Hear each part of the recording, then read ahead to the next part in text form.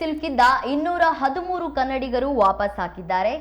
PV Sindhu, Bhojegowda ಸೇರಿದಂತೆ ಹಲವರು ತಾಯ್ನಾಡಿಗೆ ವಾಪಸ್ ಆಗಿದ್ದಾರೆ.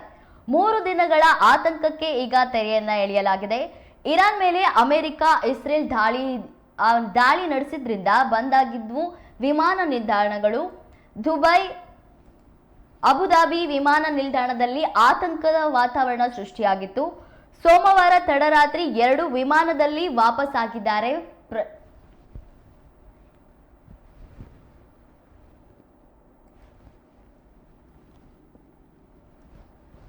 ಮಧ್ಯಪ್ರಾಚ್ಯ ಯುದ್ಧದ ಕಾರಣ ತಾಯ್ನಾಡಿಗೆ ವಾಪಸ್ ಬರಲು ಆಗದೆ ದುಬೈ, ಅಬುಧಾಬಿಯಲ್ಲಿ ಸಿಲುಕಿಕೊಂಡಿದ್ದ 213 ಕನ್ನಡಿಗರು ಸೋಮವಾರ ತಡರಾತ್ರಿ ತಾಯ್ನಾಡಿಗೆ ವಾಪಸ್ ಆಗಿದ್ದಾರೆ. ಅಮೆರಿಕ, ಇಸ್ರೇಲ್ ದಾಳಿ ಕಾರಣ ಇರಾನ್ ದೇಶದಲ್ಲಿ ಅಸುರಕ್ಷಿತ ವಾತಾವರಣ ಉಂಟಾಗಿತ್ತು. ಇರಾನ್ ಸಹ ಸೌದಿ ಅರೇಬಿಯಾ, ದುಬೈ, ಕತಾರ್ ಸೇರಿದಂತೆ ಅಕ್ಕಪಕ್ಕದ ದೇಶಗಳಲ್ಲಿರುವ ಅಮೆರಿಕ, ಇಸ್ರೇಲ್ ದೇಶದ ನೆಲೆಗಳ ಮೇಲೆ ದಾಳಿ ಆರಂಭಿಸಿತ್ತು. ಈ ಕಾರಣದಿಂದ ಮಧ್ಯಪ್ರಾಚ್ಯದ ಹಲವು ವಿಮಾನ ನಿಲ್ದಾಣಗಳು ಮುಚ್ಚಿದ್ದು, ಭಾರತಕ್ಕೆ ವಾಪಸ್ ಆಗಬೇಕಿದ್ದ ವಿಮಾನಗಳು ರದ್ದಾಗಿದ್ದವು. 100 ಮಂದಿ ದುಬೈನಲ್ಲಿ ಸಿಲುಕಿಕೊಂಡಿದ್ರು. ಇವರೊಂದಿಗೆ ಮುಖ್ಯಮಂತ್ರಿ ಸಿದ್ದರಾಮಯ್ಯ ಅವರು ಮಾತನಾಡಿ ಸೂಕ್ತ ವ್ಯವಸ್ಥೆಯ ಭರವಸೆ ನೀಡಿದ್ರು. ಕೇಂದ್ರ ಸರ್ಕಾರದ ಗಮನಕ್ಕೆ ತಂದಿದ್ರು. ಇದೀಗ ವಿಮಾನಗಳು ಬೆಂಗಳೂರಿನ ಕೆಂಪೇಗೌಡ ಅಂತಾರಾಷ್ಟ್ರೀಯ ವಿಮಾನಕ್ಕೆ ಬಂದಿಳಿದಿವೆ. ಇತಿಹಾದ್ ಏರ್ವೇಸ್ ವಿಮಾನವು ಸೋಮವಾರ ರಾತ್ರಿ 10 ಗಂಟೆಗೆ ಬೆಂಗಳೂರು ತಲುಪಿ ನಂತರ 11:10ಕ್ಕೆ ಅಬುಧಾಬಿಗೆ ವಾಪಸ್ಸಾಯಿತು. ಎಮಿರೇಟ್ಸ್ ಸಂಸ್ಥೆಯ ವಿಮಾನವು ಮಂಗಳವಾರ ಬೆಳಗಿನ ಜಾವ ಬಂದಿದೆ. ಮತ್ತೊಂದೆಡೆ ದುಬೈಗೆ ತೆರಳಲು ಯುಎಇ ನಾಗರಿಕರು ಹಾಗೂ ನಿವಾಸಿ ಪರವಾನಗಿ ಹೊಂದಿರುವವರಿಗೆ ಮಾತ್ರ ಅವಕಾಶವನ್ನ ನೀಡಲಾಗಿದೆ.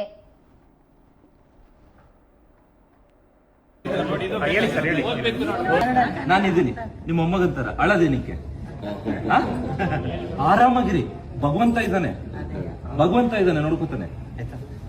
ಒಬ್ಬ ವ್ಯಕ್ತಿ ಬದುಕಬಾರ್ದು ಅಂತ ಜನಕ್ಕೆ ಇಷ್ಟ ಇಲ್ಲ ಅಂದ್ರೆ ಭಗವಂತಕ್ಕೆ ಇಷ್ಟ ಇದ್ರೆ ಬದುಕ್ತಾನೆ. ಭಗವಂತ ಇದ್ದಾನೆ, ಧೈರ್ಯದಿಂದಿರಿ. ಊಟ, ತಿಂಡಿ ವ್ಯವಸ್ಥೆ, ಹೋಟೆಲ್ ವ್ಯವಸ್ಥೆ ಎಲ್ಲ ನಾವು ನೋಡ್ಕೊತೀವಿ. ಎಲ್ರು ನಮ್ಮ ಉದ್ದೇಶ ಏನಂದ್ರೆ ಎಲ್ರು ಇಂಡಿಯಾಗೆ, ನಮ್ಮ ತಾಯ್ನಾಡಿಗೆ, ನಮ್ಮ ಭಾರತ ದೇಶಕ್ಕೆ ವಾಪಸ್ ಹೋಗ್ಬೇಕು. ನಿನ್ನೆ ನಿಮ್ ವಿಡಿಯೋ ನೋಡಿ ನಾವು ಇಲ್ಲಿಗೆ ಬಂದಿದ್ದು.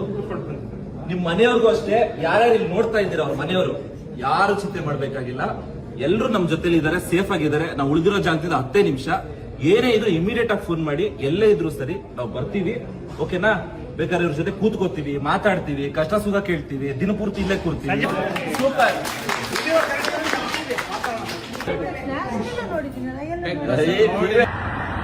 ಸ್ನೇಹಿತರೆ ನಮಸ್ಕಾರ. ನಿಮ್ಮೆಲ್ಲರೂ ಗುಡ್ ನ್ಯೂಸ್ ಏನಂದ್ರೆ ದುಬೈನ ಹಾಗೂ UAE ಏರ್ ಸ್ಪೇಸ್ ಅಫಿಷಿಯಲ್ ಆಗಿ ಓಪನ್ ಆಗಿದೆ. ಜೊತೆಗೆ ಇವತ್ತು ರಾತ್ರಿಯಿಂದನೇ ಎಮಿರೇಟ್ಸ್ ಹಾಗೂ ಇತಿಹಾದ್ ಫ್ಲೈಟ್ಸ್, ಇಂಡಿಗೋ ಫ್ಲೈಟ್ಸ್, ಜೊತೆಗೆ ಶಾರ್ಜಾದಿಂದ ಫ್ಲೈಟ್ಸ್ ಎಲ್ಲಾನು ಆಪರೇಟ್ ಮಾಡಕ್ ಶುರು ಮಾಡಿದ್ದಾರೆ. ನಾವೆಲ್ಲ ತಾಯ್ನಾಡಿಗೆ ಬರೋದಕ್ಕೆ ಒಂದು ಒಳ್ಳೆ ಅವಕಾಶ ಆಯ್ತು. ಯಾರು ಭಯ ಪಡಬೇಕಾಗಿಲ್ಲ ಕನ್ನಡಿಗರು. Everything safe here in Dubai. ನಾವು ಆದಷ್ಟು ಬೇಗ ಭಾರತ ದೇಶಕ್ಕೆ ವಾಪಸ್ ಬರ್ತಾ ಇದೀವಿ ಎಲ್ರು. Thank you. ಆತ್ಮೀಯ ಸ್ನೇಹಿತರೆ, ಈಗಾಗಲೇ ಬಹಳಷ್ಟು ಜನ ಮೀಡಿಯಾದವರು ಸ್ನೇಹಿತರು ವಿಡಿಯೋ ಮಾಡಿ ಕಳಿಸಿ ಅಂತ ಹೇಳಿದ ಮೇರೆಗೆ ನಾನು ದುಬೈನಲ್ಲಿರುವ ವಿಚಾರವನ್ನ ಅವರಿಗೆ ವಿಡಿಯೋ ಮುಖಾಂತರ ತಿಳಿಸ್ತಾ ಇದ್ದೇನೆ. ಈಗಲೂ ಕೂಡ ನಮ್ಮ ಚಿಕ್ಕಮಗಳೂರು ಸ್ನೇಹಿತರು ಕೇಳಿದ್ರಿಂದ ಪ್ರೆಸ್ನವರು ಅವರಿಗೋಸ್ಕರ ವಿಡಿಯೋ ಮಾಡ್ತಾ ಇದ್ದೀನಿ. ಈಗ ವಿಚಾರ ಇಷ್ಟೇ, ದುಬೈನಲ್ಲಿ ಎಲ್ಲವೂ ಸಹಜ ಸ್ಥಿತಿಯಲ್ಲಿ ಏನಿಲ್ಲ, ಆತಂಕದ ವಾತಾವರಣ ಇದೆ. ಬೆಳಿಗ್ಗೆ ಕೂಡ ನಾನು ಬ್ರೇಕ್ಫಾಸ್ಟ್ ಮಾಡೋ ಸಮಯದಲ್ಲಿ ಈ 3 ಕಡೆ ಇಲ್ಲಿ ದೊಡ್ಡ ಬಾಂಬ್ ಹಾಕಿದ ಸೌಂಡ್ ಬಂತು. ಎಲ್ಲೆಲ್ಲೋ ಹತ್ತಿರದಲ್ಲಿ ಎಲ್ಲೋ ಆಗಿರ್ತಕ್ಕಂಥ ವಿಚಾರ ಆಮೇಲೆ ತಿಳ್ಕೊಂಡು ಈಗ ಟಿವಿ ಬರ್ತಾ ಇರ್ತಿದೆ ಕೂಡ. ನಾನು ಈಗ ಬೆಳಿಗ್ಗೆ ಕೃಷ್ಣ ಬೈರೇಗೌಡರು ಮತ್ತೆ ಲಾ ಮಿನಿಸ್ಟರು HK ಪಾಟೀಲ್ ಇಬ್ಬರೊಟ್ಟಿಗೂ ಮಾತಾಡಿದೆ. ಅವರೇ ಫೋನ್ ಮಾಡಿದ್ರು, ಮಾತಾಡಿದ್ದೀನಿ.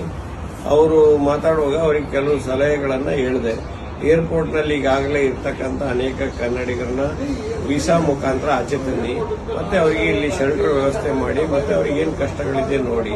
ಮತ್ತೆ ಆಲ್ರೆಡಿ ದುಬೈನಲ್ಲಿ ಬಂದಿರತಕ್ಕಂಥವ್ರು ಈಗಾಗಲೇ ಅವ್ರ ಶೆಡ್ಯೂಲ್ ಪ್ರಕಾರ ವಾಪಸ್ ಹೋಗಬೇಕಾದಂತರೆಲ್ಲ ಫೋರ್ಸಿಬಲಿ ಇಲ್ಲಿ ಇರಬೇಕಾದಂಥ ಅನಿವಾರ್ಯ ಪರಿಸ್ಥಿತಿ ನಿರ್ಮಾಣ ಆಗಿದೆ. ಅವರುಗಳು ಯೋಗಕ್ಷೇಮಕ್ಕೂ ನೀವು ಹೆಲ್ಪ್ ಲೈನ್ ಮಾಡಿ ಅಂತ ಅವ್ರಿಗೆ ಕೇಳ್ಕೊಂಡಿದ್ದೆ. ಅದರಂತೆ ಹೆಲ್ಪ್ ಲೈನ್ ಈಗಾಗಲೇ ಕರ್ನಾಟಕ ಸರ್ಕಾರ ಈಗಾಗಲೇ ಪ್ರಾರಂಭ ಮಾಡಿದೆ. ಹಾಗಾಗಿ ಅವರಿಗೆಲ್ಲ ಏನಂದ್ರೆ ಆತಂಕವನ್ನು ದೂರ ಮಾಡಿ ಇರ್ತಕ್ಕಂಥ ಭಯದ ವಾತಾವರಣ ಏನಿದೆ ಆ ಭಯದ ವಾತಾವರಣದಿಂದ ಅವ್ರನ್ನೆಲ್ಲ ಆಚೆ ತನ್ನಿ. ಅವ್ರಿಗೆ ಬೇಕಾಗಿರ್ತಕ್ಕಂಥ ಸೂಕ್ತ ವ್ಯವಸ್ಥೆಗಳನ್ನ ಮಾಡಿ ನಮ್ಮಂತವರಿಗೆಲ್ಲ ಸ್ನೇಹಿತರುಗಳಿದ್ದಾರೆ, ಎಲ್ಲ ನೋಡ್ಕೊಂತಾರೆ, ಬೇಕಾದಷ್ಟು ಜನ ಬರ್ತಾರೆ, ಕೇಳ್ತಾರೆ, ನಾವು ಆರಾಮಾಗಿದ್ದೀವಿ. ಸ್ವಲ್ಪ ಯಾರು ಗೊತ್ತಿಲ್ಲದ ಬಹಳ ಜನ ಬಂದಿದ್ದಾರೆ, ಅಂಥವ್ರಿಗೆ ಯೋಗಕ್ಷೇಮ ಸರ್ಕಾರ ನೋಡಬೇಕು ಅಂತ ಹೇಳಿದ್ದೀನಿ. ಇಲ್ಲಿನ ಸಂಘಟನೆಗಳ ಮುಖಾಂತರ ಅವ್ರಿಗೂ ಕೂಡ ನಿನ್ನೆ ಗೂಗಲ್ ಮೀಟಲ್ಲಿ ವಿಡಿಯೋ ಕಾಲ್ನಲ್ಲಿ ನಾವು ಸುಮಾರು 16 ಜನ ಅವರು ಸೇರಿದ್ರು. ಅವ್ರಿಗೂ ಕೂಡ ಲೋಕಲ್ ಅವರಿಗೆ ಮಾತಾಡಿದ್ದೀನಿ. ಅವರು ಕೂಡ ನಮ್ಮ ಕನ್ನಡಿಗರ ನೆರವಿಗೆ ಅವರೆಲ್ಲರೂ ಕೂಡ ಸಂಘಟನೆಯವರು, ಕನ್ನಡ ಸಂಘದವರು ಅವರೆಲ್ಲ ಸಹಾಯ ಮಾಡ್ತಾ ಇದ್ದಾರೆ. ಹಾಗಾಗಿ ಸರ್ಕಾರ ಕೂಡಲೇ ಏನು ಇವತ್ತು ಫ್ಲೈಟ್ ಕಳ್ಸಕ್ಕೆ ಪರಿಸ್ಥಿತಿ ಈ ತರ ಇರೋದ್ರಿಂದ ಅವ್ರನ್ನ ಬ್ಲೇಮ್ ಮಾಡಂಗಿಲ್ಲ.